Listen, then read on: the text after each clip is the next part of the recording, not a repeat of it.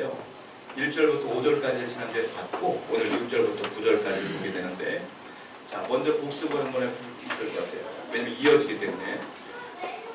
요한이 1절부터 5절까지 뭘 얘기하느냐면 예수님의 신분에 대해 명확히 정의를 내려줬어요. 예수님이 어떤 분이냐? 뭐라고 그랬죠? 예수님은 말씀이다 그랬어요. 말씀, 로고스. 그분은 말씀입니다 라고 얘기를 했어요. 말은 뭐에 쓰죠? 표현할 때. 또 모르는 얘기를 가르쳐줄 때, 계시할 때 쓰는 게 말이에요. 그러니까 예수님은 말씀이며 계시자이다. 무엇을 계시할까요? 하나님이 누구인지, 하나님이 어떤 분인지, 구원은 어떻게 받는지, 그것을 예수님을 통해 우리에게 알려주시는 것이다. 그래서 그분은 말씀이다 라고 사도 요한은 1절에서 5절까지 그 얘기를 한 거예요. 이 예수님께서는 말씀입니다 라고 했던 얘기는 히브리서에도 기록되어 있어요. 성경 한번 보겠습니다. 히브리서 1장 1절부터 2절입니다. 시작. 옛적의 선지자들을 통하여 하나님이 이 모든 날 마지막에 아들을 통하여 우리에게 말씀하셨으니 이 아들을 만유의 선지자로 세우시고 또 그로 말미암아 모든 세계를 지으셨느니. 2절 보면 뭐라고 쓰였느냐면 아들을 통하여 우리에게 말씀했다 이렇게 표현하고 있어요. 아들을 통하여.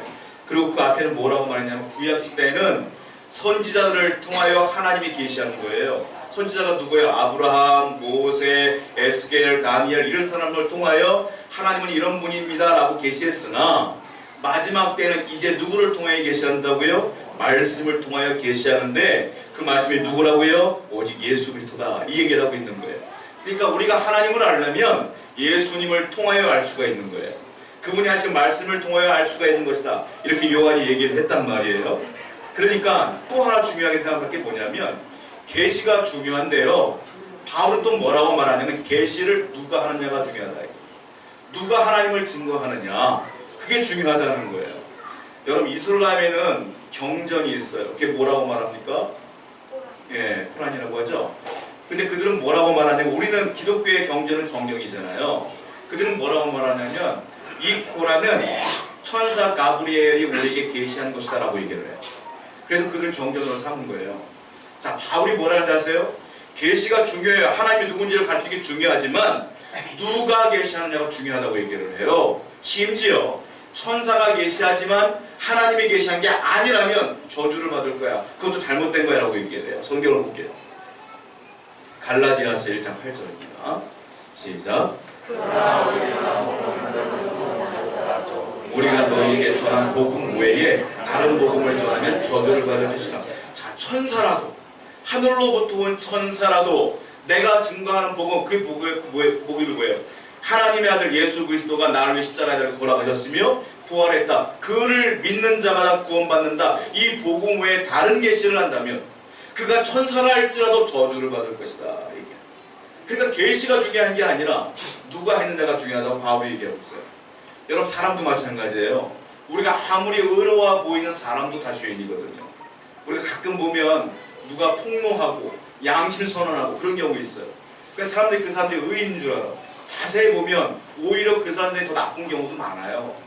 그러니까 천사냐 사람이냐 누가 계시하냐 다 필요 없다. 천사도 필요 없고 사람도 필요 없다. 누가 계시자가 돼야 되느냐? 말씀이 계시자가 돼야 돼. 그 말씀이 누구예요? 예수 그리스도. 예수 그리스도 외에는 계시자가 없다 라고 요한복음에 그렇게 기록되어 있는 거예요. 자, 예수님, 요한이 얘기하는 예수님은 천사와 사람과 전혀 다르다 라고 얘기를 해요. 첫 번째 뭐라고 말하냐? 우리가 지난주 읽어본 건데요. 요한복음 1장 1절을 보세요. 시작. 태초에 말씀이 계시니라. 이 말씀은 곧 하나님이시니라. 태초에 말씀이 계시니라. 이 말씀이 하나님과 함께 계셨다. 그리고 그분은 뭐라고요? 곧 하나님이라. 성부, 성자, 성령. 제2위이신 성자 예수님은 곧 하나님이다. 그러니까 천사도 아니야 이분은. 사람도 아니야. 누구예요? 하나님이에요. 그러니까 하나님이 하나님을 계시한 거예요. 그러니까 그것이 맞아요? 틀려요? 정답이다. 이 얘기 지금 요한이 하고 있는 거예요. 그러니까 예수님 외에는 하나님을 계시할 자가 없다. 이 얘기하고 있는 거예요. 두 번째 예수님은 어떤 분이에요? 창조자다. 이렇게 얘기하고 있어요. 자, 1장 3절 보세요. 요한복음. 시작. 만물이 그로 말미암아 만물이 그로 말미암아 지은 바 되었으니. 누구예요? 예수님. 예수님이 지었다는 거예요. 그러니까 예수님이 곧 창조주 하나님과 똑같은 분이라는 거예요. 그러니까 하나님이 하나님을 계시하니까 정확하지 않겠느냐. 그분이 없이는 만물이 창조된 게 없다. 그분이 만든 것이다. 전부 다 그 얘기를 하고 계신다는 거예요. 세 번째 요한이 뭐라고 말했느냐면, 자, 영생, 영원한 구원, 영원한 생명의 원천은 어디 있느냐? 그 성자 예수님에게 있는 것이다. 그러므로 그분이 계시하는 것이 맞는 것이다 라고 얘기를 했어요. 이게 지난주까지 얘기를 한 거예요. 그리고 6절부터 9절까지 갑자기 요한이 무슨 얘기를 하냐면, 1절에 처음부터 얘기한 게 우리에게 구원을 주시는 분은 예수님, 그 계시를 하신 분은 예수님. 그런데 그 주님이 오시기 전에 그 주님의 길을 열기 위하여, 닫기 위하여 한 사람을 미리 보냈다라고 얘기하는 것이 오늘 본문이에요. 그 사람이 누구냐? 우리가 알고 있는 세례 요한이다, 이 얘기를 한단 말이에요. 자, 우리 본문 1장 6절부터 9절까지 한 번 더 다시 한번 읽어볼게요. 시작. 하나님께로부터 보내심을 받은 사람이 있으니 그의 이름은 요한이라. 그가 증언하러 왔으니 곧 빛에 대하여 증언하고 모든 사람이 자기로 말미암아 믿게 하려 합니다. 그는 이 빛이 아니요 이 빛에 대하여 증언하러 오는 자라. 참빛 곧 세상에 와서 각 사람에게 비추는 빛이 있었다. 오늘 본문을 보니까요, 빛이라는 단어가 몇 번 나온 줄 아세요? 5번이나. 빛, 참빛 쭉 나와요. 자, 우리가 알 수 있는 게 뭐냐? 이제부터 세례 요한에 대한 얘기를 하는데, 본문의 사도 요한은, 이 요한복음을 쓴 예수님의 제자 요한은 뭐라고 말하느냐? 세례 요한은 주인공이 아니야, 이 얘기예요. 세례 요한이 미리 왔지만 세례 요한이 주인공이 아니다 라고 말하고 있어요. 왜? 6절을 보면 하나님께로부터 보내심을 받은 사람이 있는데 그 이름은 요한이래요. 그리고 7절 말씀 보니까 이제부터 그가 증언하는 게 자기를 증언하는 게 아니라 빛에 대하여 증언하겠다. 빛은 누구냐? 앞에는 말씀이 예수님이라고 했고 이제 빛이 예수님이라고 요한은 얘기하고 있는 거예요. 그렇다면 우리가 알 수 있는 게 뭐냐면, 오늘 요한이 말하고 있는 그 빛 대신 예수님이 어떤 특징을 갖고 있는지 요한은 또 4가지를 얘기하고 있다. 그 4가지를 살펴보려고 해요.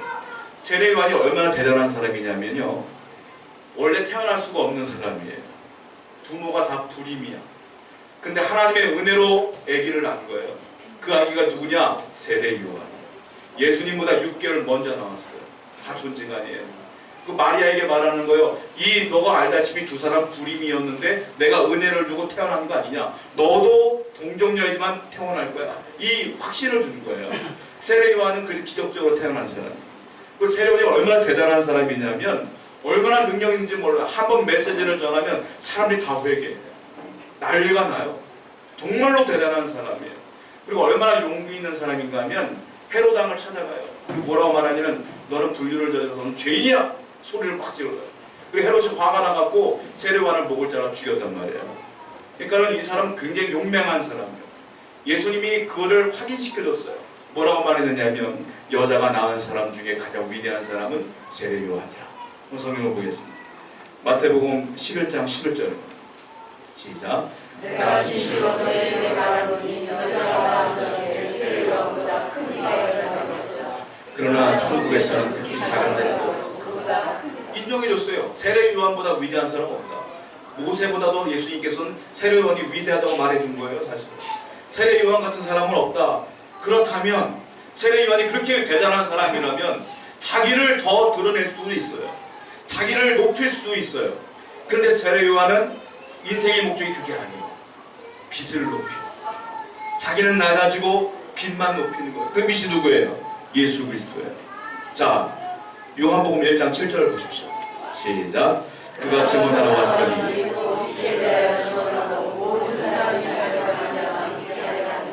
세례 요한은 이 땅에 자기를 높이려고 온 사람이 아니에요. 뭐하러 왔어요? 증언하러 온 사람. 뭘 증언해요? 빛에 대하여 증언하러 온 사람. 세례 요한의 평생의 삶은 빛만 높이다 간 사람이에요. 그 빛 대신 예수 그리스도만 높이다가 간 사람이에요. 아무리 세상에 뛰어난 사람일지라도요, 자기를 높이는 사람은 주님께서 인정하지 않아요. 예수 그리스도를 위하여 살던 사람이에요. 자기가 주목받는 거 원치 않아요. 오직 주님만 높였다. 그렇다면 세례 요한은 우리에게 신앙의 모범이 되는 사람이에요. 근데 굉장히 독특한 삶을 살았어요. 이건 따라하면 안 돼. 그분은 삼시세끼 뭘 먹었느냐? 메뚜기와 석청을 먹었어요. 매일매일. 그리고 약대 털옷을 입고 살았어요. 집이 아니라 동굴에서 살았어요. 그걸 따라가라는 게 아니에요. 뭘 따라가야 되냐? 예수님만을 높이는 삶을 살았던 그 삶을 우리가 본받아야 된다.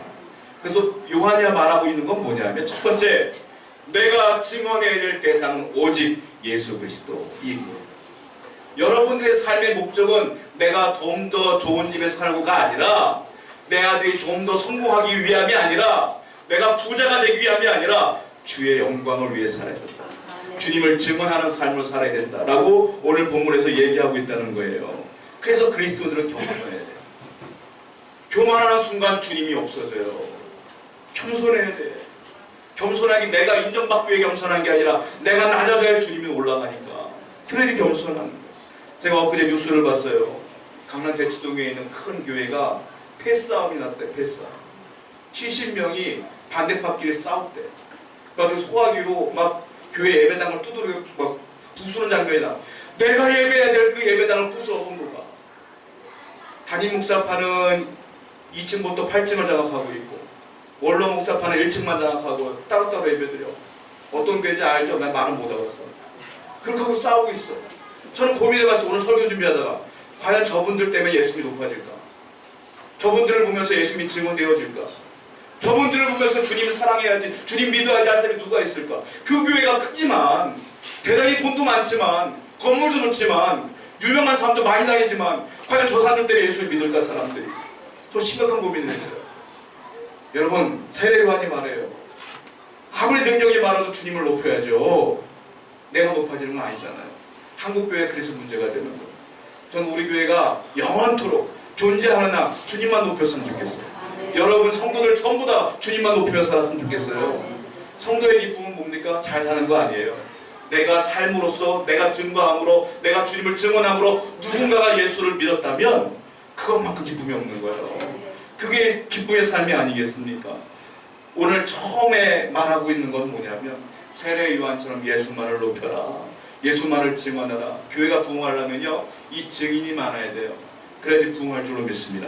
우리 교회 모든 사람이 증인이 되어서 교회가 부흥하는데 일조하시기 바랍니다. 그런 삶이 되어야 된다는 거예요. 두 번째 요한은 뭘 얘기하고 있느냐면, 본문을 볼게요. 요한복음 1장 8절 말씀입니다.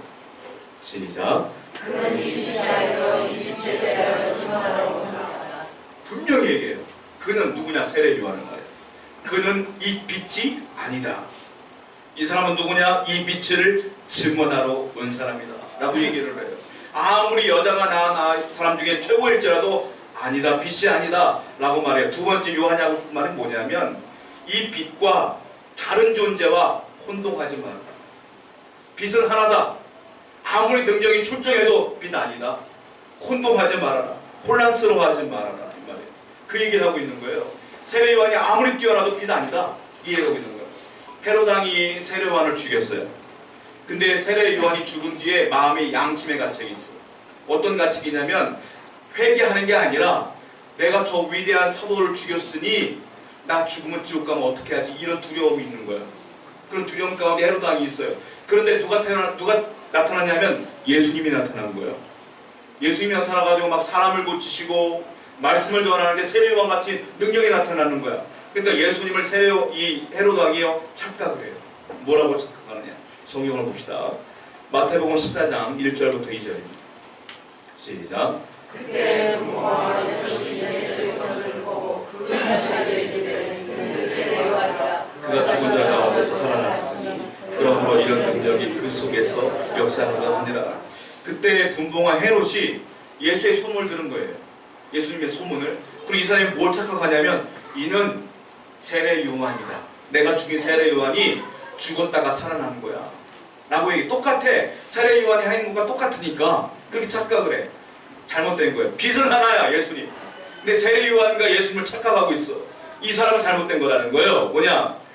요한이 말하고 싶은 건 뭐냐면, 그리스도라는 빛과 다른 존재와 혼동하지 말아라. 교회마다 여성분들이 더 많아요. 성도들이 보면. 제가 목회를 전도사 때부터 쭉 하다 보면 그 신앙도 남자보다 사실은 여자들이 더 좋을 때가 많아. 그러니까 가정을 보면 아내가 신앙이 좋고 남자가 신앙이 별로 안 좋을 때가 많아. 그럴 때 남편분이 뭐라고 말하냐면 이런 얘기를 해요. 내 아내가 신앙이 좋으니까 우리 가정이 복이 될 거예요. 이렇게 얘기해요. 맞는 말이에요. 사실은 하나님이 그 어머니의 기도를 통해 아내의 기도를 통해 복을 주실 거예요. 근데 다른 문제는 있어. 뭐냐면 구원의 문제는 달라. 구원의 문제는 내 아내가 빛이 아니여 그리스도만이 빛이에요. 내가 이 아내 때문에 구원받는 게 아니라 그리스도라는 빛 때문에 구원받는 거야. 그러므로 우리는 누구를 바라봐야 돼요? 예수를 바라봐야 된다는 거예요. 그 얘기를 우리가 분명히 이 본문에서 알 수가 있어요. 자유주의 신학자들이요, 우리에게 혼동을 줘요. 뭐라고 말하냐면 이렇게 얘기해요. 예수님이 하나님의 아들이지, 우리들도 예수 그리스도를 믿으면 하나님의 아들이잖아. 이렇게 얘기를 해요. 그러니까 예수님이나 나나 별반 차이 없는 거야. 주님 별거 아닌 거야. 이렇게 얘기하는 사람이 있어요. 여러분, 진짜 하나님의 아들, 하나님인 분은 예수님 분이 없어요. 우리 누구냐? 하나님의 아들이 아니야. 뭐예요? 예수 그리스도를 믿음으로 말미암아 양자로 삼아주신 거예요. 자녀로 그냥 너 내가 자녀로 삼아줄게. 그리고 구원받는 존재이지 내가 어떻게 예수님과 똑같은 존재예요. 그런 것들을 사람들이 혼동스럽게 만든단 말이에요. 혼란스럽게만. 마귀가 옛날부터 지금까지 하는 역사가 뭐냐면 혼란, 혼동. 그래서 보면 사람 중에 능력 있는 사람, 누가 병 고친다더라 하면 갑자기 교단이 생겨. 그 사람 때문에. 그 사람이 막 갑자기 예수님이 돼. 내가 예수요, 내가 성부요, 내가 하나님이요. 그 이단이 생겨. 다른 빛이에요. 그 빛은 가짜다 이거예요. 이 세상의 빛은 오직 예수 그리스도 외에는 없어요. 그분뿐이 없다는 걸 분명히 알아야 된다는 거예요. 오늘 카톨릭에서도 오늘날도 조금 큰 의미 있어. 그게 뭐냐? 마리아를 너무 숭배하다 보니까 마리아에게 기도를 해요. 위대한 분 맞아요. 예수의 어머니 맞아요. 그러나 빛은 아니잖아요. 예수님만이 빛이잖아요. 그리고 수많은 성자가 있을지라도 그 사람이 훌륭한 건 맞아. 그러나 빛은 아니잖아요. 빛은 예수님 분이 없어요. 그것을 분명히 우리는 알아야 된다. 이 얘기라는 거예요. 사도행전을 보게 되면 바울과 바나바가 전도 여행을 다녀요. 사도행 14장을 보면 남갈라디아 지방을 지나가는데 더베, 루스드라, 이고니온 여기를 막 지나가요. 그다음 루스드라에 도착을 했는데 불쌍한 사람이 있는 거예요. 태어날 때부터 안질병이야. 못 일어나. 이 사람이 불쌍하니까 바나바와 바울이 그 사람에게 기도를 함으로 그 사람이 벌떡 일어났어. 그 사람이 태어날 때부터 못 일어났던 사람이 일어나는 거야. 그러니까 주위 사람이 놀래. 몰려들기 시작해. 그리고 막 숭배하기 시작해. 누구를? 바울과 바나바를. 뭐라고 말하는지 아세요? 바나바에게 우리가 섬기는 제우스 신이 인간의 모습으로 내려오셨도다. 이렇게 얘기해요. 그리고 바울 보고 바울이 말을 잘하니까 뭐라고 말하냐면 저분은 제우스의 대변인 헤르메스 신이다. 이렇게 얘기를 해요. 바울과 바나바가 기가 막히니까 옷을 막 찢으면서 막 소리를 질러요. 성경 볼게요. 사도행전 14장 15절. 시작.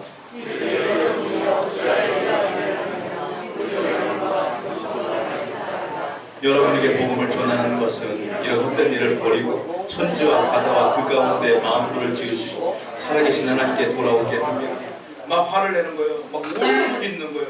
아니다. 나나 너나 똑같은 사람이다. 이 일을 행하시는 이는 참빛 예수 그리스도뿐이 없다 라고 얘기를 하고 있는 거예요. 혼동하면 안 돼요. 여러분. 아무리 사람이 출중한 사람이 있을지라도 빛은 아니라 오직 예수 그리스도만이 빛이다. 이 얘기를 오늘 사도 요한은 우리에게 하고 있다. 그 사실을 분명히 아셔서 어떤 미혹과 유혹에 흔들리지 않는 여러분들에게 축원드립니다. 세 번째 진리가 있어요. 뭐라고 말하냐면 1장 9절을 보세요. 요한복음. 시작. 참빛 그 세상에 와서 그분은 뭐라고요? 참빛이다. 그냥 빛이 아니라 진짜 빛이다. 이 얘기를 하고 있어요. 그래서 이분은 어떤 분이냐면 이 말은 무슨 뜻이냐면 전적으로 내가 믿고 신뢰할 만한 100% 완벽하게 신뢰할 만한 빛 대신 그리스도다. 이 얘기를 하고 있다는 거예요. 옛날에 코카콜라 선전을 할 때 제가 문구를 하는 거 봤어요. 우리 콜라가 진짜 콜라입니다. 쫙. 옛날에 펩시가 그때 경계선을 막 떴거든. 우리 콜라가 진짜 콜라. 옛날에 가짜 참기름이 유명했었어요. 그때 참기름집마다 뭐 붙은지 알아요? 우리 집이 진짜 참기름. 원조집 가보세요. 우리 집이 원조. 아니야, 내가 진짜 원조. 막 붙어. 진짜래, 서로가 진짜래. 여러분, 빛이 많아요. 그러나 참빛은 오직 예수님 분이 없다고 얘기하고 있다는 거예요. 여러분 참빛이 뭐냐면 구약 성경의 예언을 100% 완벽하게 이룬 분만이 그리스도가 되는 거예요. 왜? 구약 성경은 다 메시아를 예언했기 때문에. 어떤 거 예언하는지 아세요? 미가서에 보면은 예루살렘 베들레헴에서 태어난다고 그랬어. 메시아가. 근데 베들레헴에서 누가 태어났어요?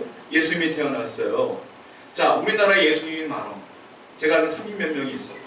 다 예수님이에요, 자기가. 예수님은 한국 사람이 아니에요, 여러분. 예수님은 유대인이 돼야 되는 거야, 성경 말씀에 의하면. 그렇지 않습니까? 베들레헴에 태어나야 돼. 근데 한국 사람이 다 자기가 예수님이래. 기가 막혀요. 그런데 너무 많아. 구약 성경의 모든 예언을 성취할 확률이 얼마나 되는지 아십니까? 학자들이 말해요. 별분의 1이라고. 하늘에 떠는 별만큼 어렵다는 거예요. 근데 그 별분의 1을 완벽하게 채우신 분이 누구냐? 예수 그리스도예요. 구약 성경은 그렇게 말해요. 그분은 베들레헴에 태어날 것이다. 그분은 십자가에 달려 돌아갈 것이다. 우리들은 다 짊어지실 것이다. 가시멜 요한을 쓸 것이다. 3일 만에 부활할 것이다. 다 이루어졌어요. 예수님을 통하여. 그러므로 그분만이 참빛이요. 나머지는 아니라는 거예요. 신뢰할 만한 분은 그분뿐이 없다라고 말하는 거예요. 여러분 그 예수 그리스도를 믿는 우리는 절대 흔들리면 안 돼요. 네 번째 진리를 말하고 있어요. 이거는 모든 신학자들이 해석하기 좀 어려워하는 부분이에요. 한번 직접 한번 읽어볼게요. 요한복음 1장 9절 다시 한번 읽어보겠습니다. 시작. 참빛 곧 세상에 와서 뭘 어려워하느냐면 각 사람에게 비추는 빛. 이걸 좀 해석하기 어려워요. 네 가지로 해석을 하는데 제가 한번 설명해 드릴게요. 먼저 이단들이 하는 해석이 있어요.